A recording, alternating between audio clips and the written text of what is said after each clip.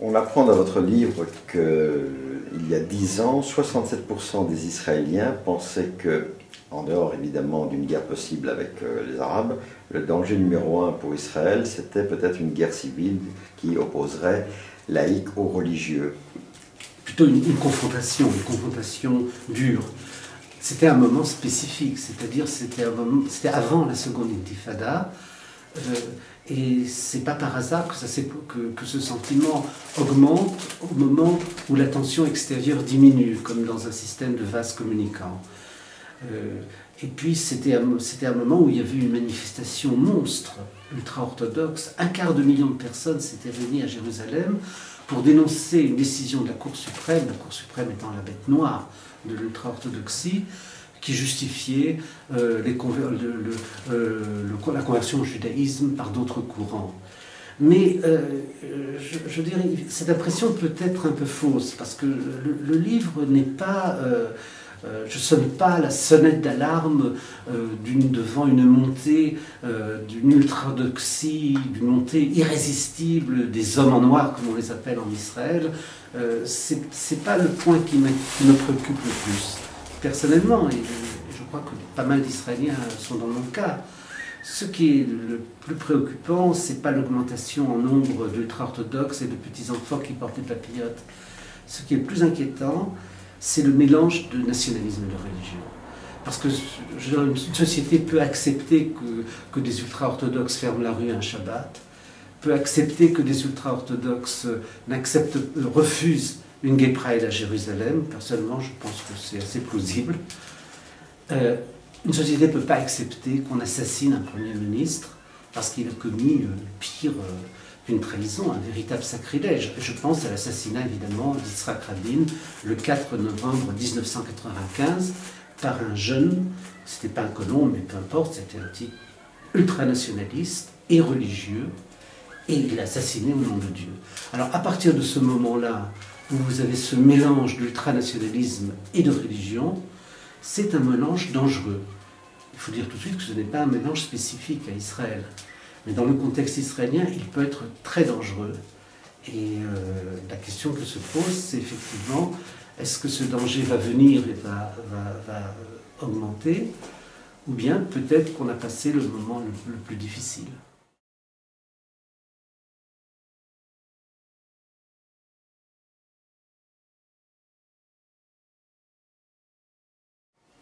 Qu'est-ce qui explique que le judaïsme en Israël, et peut-être ailleurs aussi, s'est tourné vers la droite, voire vers l'extrême droite?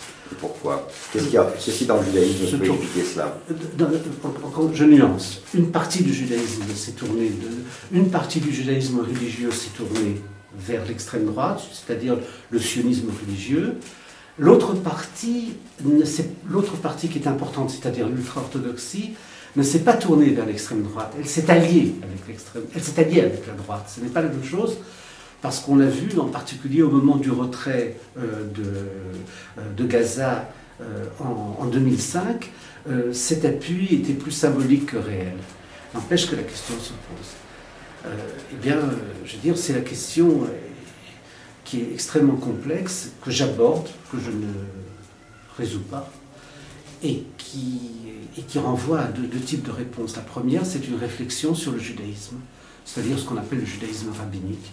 C'est-à-dire qu'il est évident que dans le judaïsme rabbinique, dans une certaine vision du judaïsme, qui est parfaitement légitime selon les textes, elle est porteuse d'une très forte ethnocentrie, d'une peur et parfois d'une haine de l'étranger. C'est très délicat d'en parler et de manipuler, parce que on sait très bien que dans l'histoire, on a pris des arguments puisés sur certains textes talmudiques pour le pire antisémitisme. Mais on ne peut pas dénier qu'il y a une constante ethnocentrique très forte, en particulier dans l'ultra-orthodoxie. Mais il n'y a pas que ça. Il y a d'autres textes, il y a d'autres visions. Et puis surtout, et c'est une chose qui est essentielle, je ne pense pas uniquement dans la vision du judaïsme, c'est que ces textes doivent être placés dans leur contexte, qui était un contexte radicalement différent. La situation de juifs vivant en diaspora, minorité, souvent minorité opprimée, toujours à la merci du pouvoir, est radicalement différente de la situation aujourd'hui dans un Israël où le judaïsme est la religion dominante et dans un sens est presque la religion d'État. Donc, on ne peut pas, donc nous avons tout un héritage où il y a le pire et le meilleur. Pourquoi ce sont ces éléments-là qui souvent sont mis en avant? Je crois, ce n'est pas la seule réponse, mais je crois que la situation s'y prête. C'est-à-dire que lorsque vous avez une situation de conflit très fort avec les Palestiniens, avec le monde arabe, avec un déni de l'autre, du côté israélien, et un refus, il faut le dire, du côté arabe, de l'existence peut-être même d'Israël, eh bien ce sont ces éléments qui l'emportent. Je veux dire, on trouve des justifications à une pratique, et puis en même temps, cette pratique, ces justifications maintiennent une pratique. Régulièrement, nous avons des agressions, nous avons contre des Palestiniens venant de gens habitants de colonies.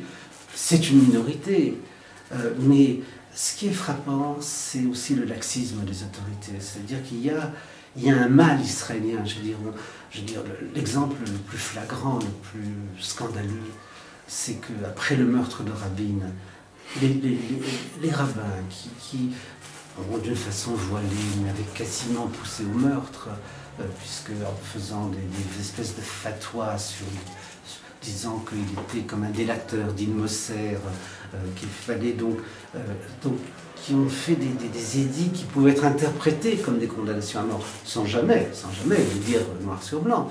Mais ces rabbins n'ont jamais été inquiétés. Quand il y a eu, il y a encore bien des années, enfin en 1984, on s'est aperçu qu'il y avait un groupe clandestin juif qui avait commis des attentats, y compris des attentats meurtriers, et qu'il avait reçu l'aval de certains rabbins. Ces rabbins n'ont pas été inquiétés. Et c'est ça qui est plus inquiétant, c'est-à-dire qu'il y a une espèce de retenue, de crainte de la part des autorités. Je ne dirais pas une complicité. C'est pas du tout...